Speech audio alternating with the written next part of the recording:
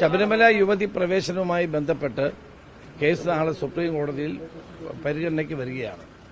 ഗവൺമെന്റിന്റെ നിലപാട് അറിയാൻ താൽപര്യമുണ്ട്. കാരണം ഞങ്ങൾക്കൊരു നിലപാടേ ഉള്ളൂ, യുവതികളെ അവിടെ പ്രവേശിപ്പിക്കാൻ പാടില്ല എന്നുള്ളതാണ് അന്നും ഇന്നും UDF എടുത്തിട്ടുള്ള നിലപാട്. അതനുസരിച്ചാണ് ഉമ്മൻചാണ്ടിയുടെ ഗവൺമെന്റ് അഫിഡവിറ്റ് കൊടുത്തിരുന്നത്. ആ അഫിഡവിറ്റ് മാറ്റിയിട്ടാണ് അന്ന് പിണറായി വിജയന്റെ ഗവൺമെന്റ് യുവതീ പ്രവേശനം അനുവദിക്കണം എന്നുള്ള സത്യവാങ്മൂലം കൊടുത്തത്. ഇപ്പോഴും അവർ ആ നിലപാടിൽ ഉറച്ചു നിൽക്കുന്നുണ്ടോ എന്ന് അവർ വ്യക്തമാക്കണം. ഞങ്ങൾക്കൊരു നിലപാടേ ഉള്ളൂ.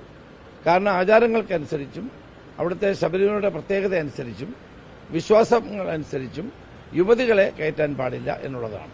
അതേസമയം 50-55 വയസ്സ് കഴിഞ്ഞ സ്ത്രീകളെ കയറ്റുന്നതിന് ഞങ്ങൾ ആരും എതിരുമല്ല. അപ്പോൾ ഗവൺമെന്റ് തങ്ങളുടെ നിലപാട് വ്യക്തമാക്കേണ്ട സമയമായിരിക്കുന്നു. യുവതീ പ്രവേശനം അനുവദിച്ച ശേഷം നാട്ടിലെ ജനങ്ങളുടെ വീടുകളിൽ പോയി മാപ്പ് പറഞ്ഞവരാണ് മാർക്സിസ്റ്റ് പാർട്ടി. അവരുടെ ഇപ്പോഴത്തെ നിലപാടാണ് അറിയാൻ താല്പര്യം. ഈ ആഗോള അയ്യപ്പ സംഗമം വന്നപ്പോൾ അന്ന് UDF പറഞ്ഞത് അഫിഡവിറ്റ് മാറ്റി നൽകണമെന്നാണ്. അതിൽ ഇനി നിലപാട് സമയം നീട്ടി ചോദിക്കുമോ? തന്നെയാണ് ആ ഗവൺമെന്റ് കൊടുത്ത അഫിഡവിറ്റ് മാറ്റി എഴുതണം. കാരണം യുവതി പ്രവേശനം അനുവദനീയമല്ല എന്നുള്ളതാണ് ഞങ്ങളുടെ നിലപാട്. അതുകൊണ്ടാണ് ഉമ്മൻചാണ്ടി ഗവൺമെന്റ് അത്തരമൊരു അഫിഡവിറ്റ് കൊടുത്തത്. അത് മാറ്റിയിട്ടാണ് യുവതി പ്രവേശനം അനുവദിക്കണമെന്നാണ് പിണറായി വിജയൻ ഗവൺമെന്റ് അഫിഡവിറ്റ് കൊടുത്തത്. അവരിപ്പോഴും അതിൽ നിൽക്കുന്നുണ്ടോ എന്ന് അറിയേണ്ട സമയമാണിപ്പോൾ.